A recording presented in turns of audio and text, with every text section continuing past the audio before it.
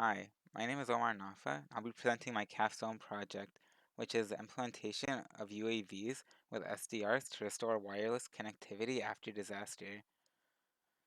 In the event of a natural disaster, victims are often left without a means of communicating for aid due to cellular towers degrading or failing. A proposed solution to this issue is to utilize unmanned air vehicles or UAVs with radio capabilities in order to relay the connection of a working cellular tower to a distant area away from the disaster. This project in particular aims to establish a connection between two universal software radio peripherals, or USRPs, with the eventual goal of integrating these devices on the unmanned air vehicles. During the project, my role was to implement a program using LabVIEW software application that would utilize various protocols under the phase shift keying modulation schemes to model a receiver transmitter system as a means to remotely relay information. In situations where a natural disaster, such as an earthquake or intense wildfire, occurs, cellular towers or base stations can become disabled, leaving victims at the scene without a way to reach out for help. Although there are specialized radios that can be used to send a distress signal, many civilians do not carry this equipment on hand. This project solution is to create a model using software defined radios, or SDRs, mounted on UAVs to be a relay system to pass the signal generated by the cellular device at the scene of the disaster to a nearby base station, and in doing so, a victim could receive aid. Shown on the left in Figure 1 is the USRP described above, and this is the model used throughout the project to create a transmitter, receiver, or transceiver. And this can be done because SDRs are highly configurable using the LabVIEW development suite, so all these objects could be created.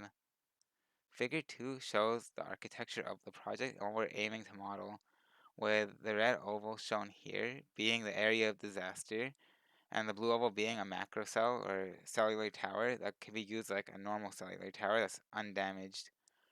The USRPs mounted on the UAVs are represented by the drones in the green circle, as well as the areas they cover, where the idea in real life would be these drones would fly over the area of disaster, act as a relay system between a victim trying to get a distress signal out, which would bounce from drone to drone before hitting an undamaged cellular tower, which could be used to call appropriate officials for help.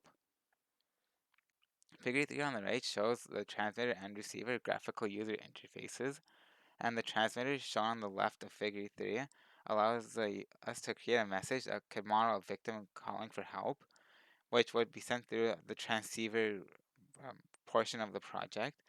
And the transceiver portion, although not shown, is just a combination of a transmitter and receiver, and therefore will look very similar to the pictures shown above. This would end up hopping until it hits the receiver end, which will recover the message and display it, indicating that we successfully called for help. And we were able to test this with, although shown smallly here, was test 2, November 14th, and this perfectly bounced from one transmitter to the receiver through a few transceiver relays.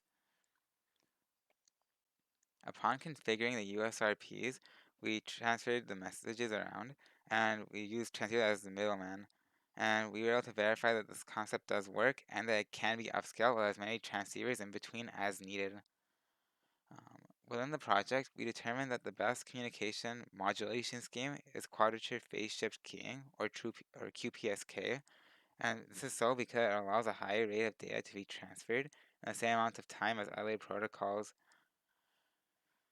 I'd like to thank the Kellogg Honors College as well as the Wireless Network Security Labs, as well as my mentor, Dr. Tamar Omar, for their support in completing this project.